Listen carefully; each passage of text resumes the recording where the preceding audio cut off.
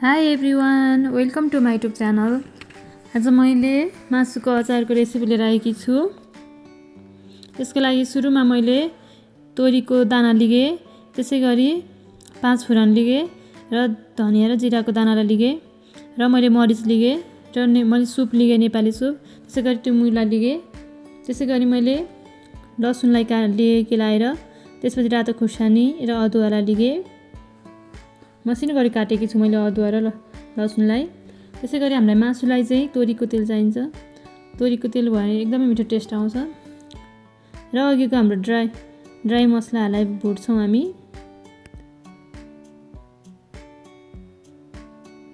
2 minute जति भुटेर हाम्रो यो रेडी भइसकेको छ। एकछिन सेलाउन दिउँ र यसलाई हामीले पिस्छौँ। हामीले यसलाई बास्ना आउने टाइमसम्म भुट्नुपर्छ। 2 मिनट जति हुनुमा ठिक्क हुन्छ। त्यसपछि यसलाई हामीले भुटेर निकाल्छौँ, पिसेर भुटेको मसलालाई। मसला रेडी भइसकेको छ र मैले मासु बनाउनको लागि मैले विथ बोन 1.5 केजी मासु लिएकी छु। हजुरहरूलाई कति चाहिन्छ त्यही अनुसार लिनु होला। यसलाई हामीले मजाले फ्राई गर्नुपर्छ।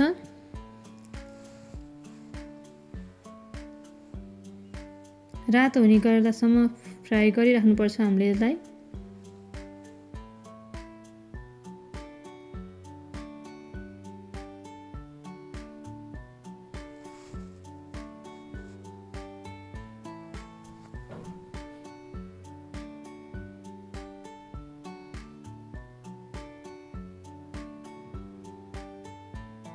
यतिको हुँदासम्म हामीले फ्राई गर्नुपर्छ। फ्राई भएन भने हाम्रो मासु धेरै टाइमसम्म बस्दैन, बिग्रिन्छ। हजुरले लङ टाइमसम्मको राख्नको लागि बनाउनुहुन्छ भने चाहिँ बोनलेस चिकन लिनु होला।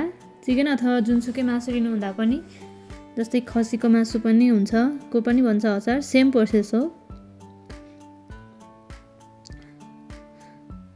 छोटो टाइमको लागि 1 हप्ता 2 हप्ताको लागि हो भने चाहिँ बोन हड्डी समेतको मासु लिँदा पनि केही फरक पर्दैन। तर लङ टाइम राख्नुहुन्छ भने चाहिँ तपाईहरूले बोनलेस लिनु होला मासु। मैले यसरी नै लगभग सबै फ्राई गरिसकेँ चिकनलाई। यतिको फ्राई हुनुपर्छ हाम्रो चिकन। र त्यसपछि मैले त्यसै तेलमा फेरि लसुनलाई र अदुवालाई फ्राई गरेँ। यसलाई पनि हामीले रातो हुने गरे मजाले फ्राई गर्नुपर्छ। हामीले कति पनि पानी पार्नु हुँदैन, पानी हुनुहुन्न यो अदुवा लसुनमा पनि।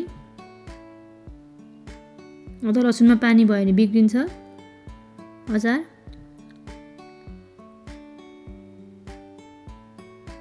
हामीले यसरी फ्राई गरेको अदुवा लसुन मासुमा पछि एकदमै मिठो हुन्छ मासु खाँदाखेरि यो आउँदा।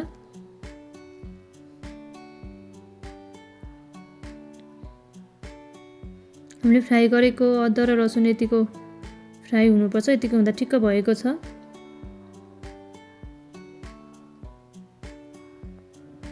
र मैले यसमा अब बेसारलाई राखेँ।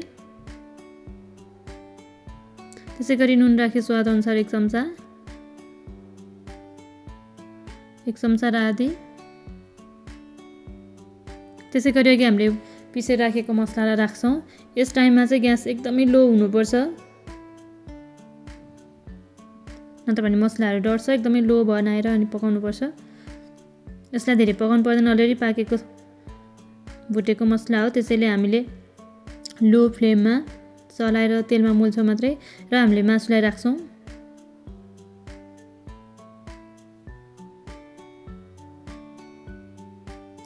मासुलाई राखेर एकचोटि हामी राम्ररी चलाउँछौँ।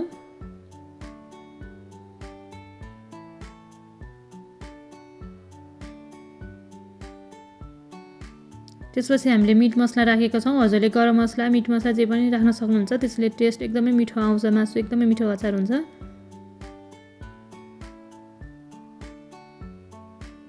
त्यसै गरी मैले अर्को गरम मसला पनि राखेकी छु, मैले घरमै बनाएको गरम मसला।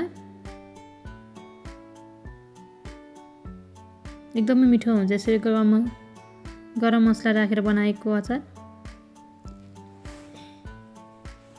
त्यसै गरी मैले चुक राखेकी छु अमिलोको लागि। हजुरहरूले यसको साटो लेमन अथवा भिनेगर राख्न सक्नुहुन्छ।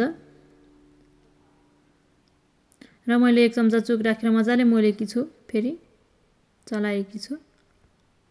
र हाम्रो अचार रेडी भइसकेको छ। ग्यास अफ गर्नुपर्छ यस टाइममा र एकछिन सिलाउन दिएर हामीले बट्टाहरुमा राख्नुपर्छ। मैले यसरी रोटीसँग खाएकी छु। हजुरहरूले मैले यसरी बट्टामा पनि हालेर राखेकी छु। हजुरहरूले पनि यसरी ठ्याक्कै यसरी नै बनाएर खानु होला।